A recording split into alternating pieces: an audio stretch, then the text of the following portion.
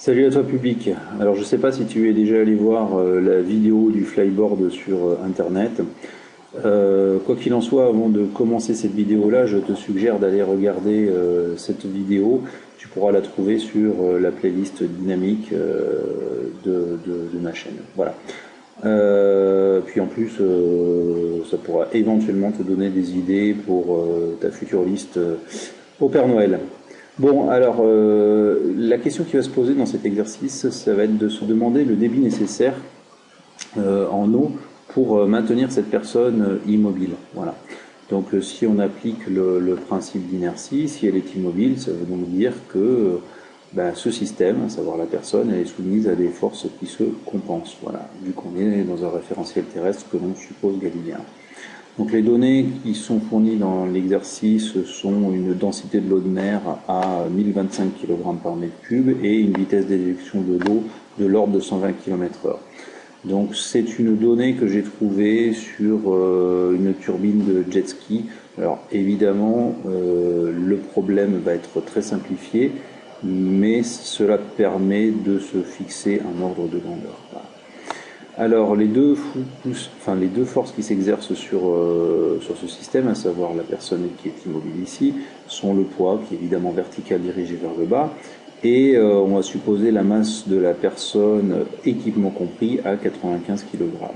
Donc, une norme de M fois G qui vaut à peu près à 932 newtons. Alors, il y a des choses que je n'ai pas prises en compte dans cet exercice. Par exemple, la masse d'eau présente dans le tuyau qui est derrière le jet ski. Cette force du poids est compensée par la poussée du flyboard, qui est évidemment verticale dirigée vers le haut.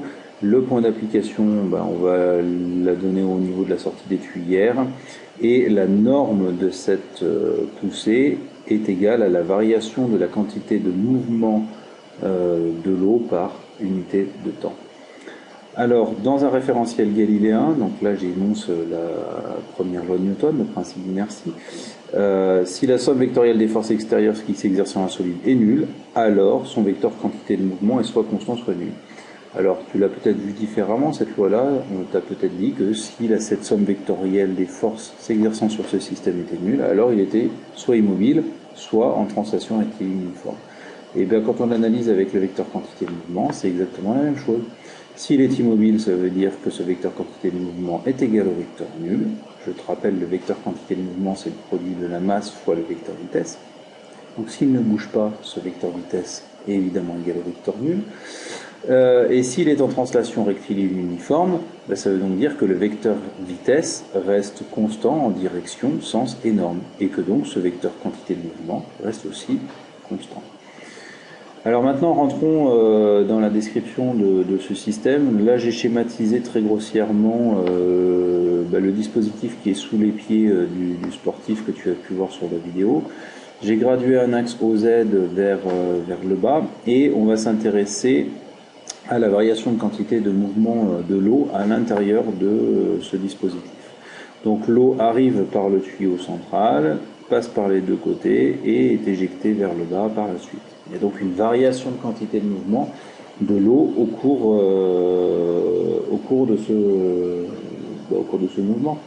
Alors, ici, le vecteur P, je te rappelle, c'est le vecteur quantité de mouvement. Donc, vu que l'eau, elle a un mouvement ascendant vertical dirigé vers le haut, ce vecteur quantité de mouvement, il est évidemment dirigé vertical vers le haut. La quantité de mouvement de l'eau à l'état final, c'est un vecteur qui est dirigé vers le bas, vu que le vecteur vitesse de l'eau est lui aussi dirigé vers le bas. Alors j'ai appliqué la conservation de la quantité de mouvement sur ce schéma.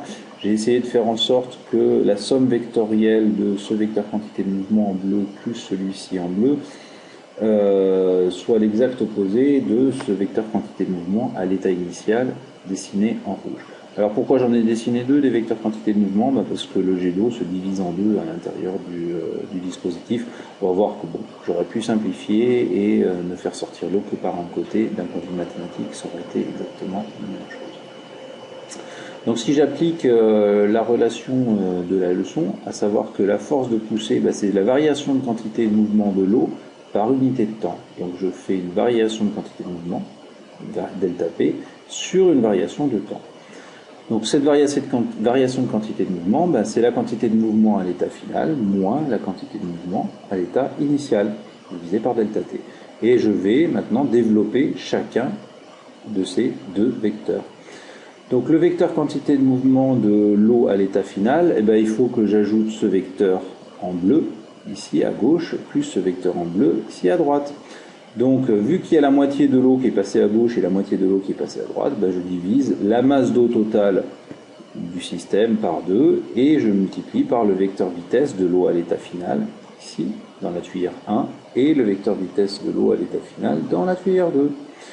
Dans le premier tuyau, ben, c'est la totalité de la masse de l'eau, donc MO fois vitesse de l'eau à l'état initial. Alors, attention, je travaille toujours ici en grandeur vectorielle, je n'ai pas encore projeté mes forces sur l'axe OZ. Dans l'étape suivante, j'ai remplacé la masse de l'eau par le produit ρ fois V. Ρ de l'eau, masse volumique de l'eau, fois le volume d'eau. Divisé par 2, hein, ça, il n'y a rien qui est changé, je n'ai fait que remplacer la masse d'eau par le produit ρ fois V. Si j'ajoute ces deux membres ici, ρ fois V sur 2 plus ρ fois V sur 2, et qui sont tous les deux facteurs du vecteur vitesse de l'eau à l'état final, eh bien ça me donne ρ fois V fois la vitesse de l'eau à l'état final.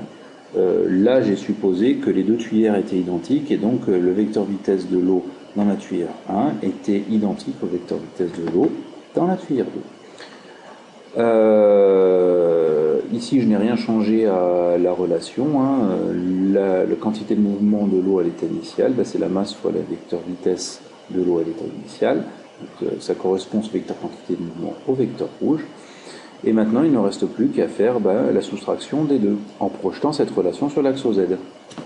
Alors, attention, là j'ai le droit d'écrire ceci uniquement parce que ces vecteurs sont collinéaires. S'ils n'avaient pas été collinéaires, j'aurais dû passer par les composantes de ces vecteurs afin de déterminer la différence entre le vecteur vitesse de l'eau à l'état final et le vecteur vitesse de l'eau à l'état initial. Là, ça marche bien.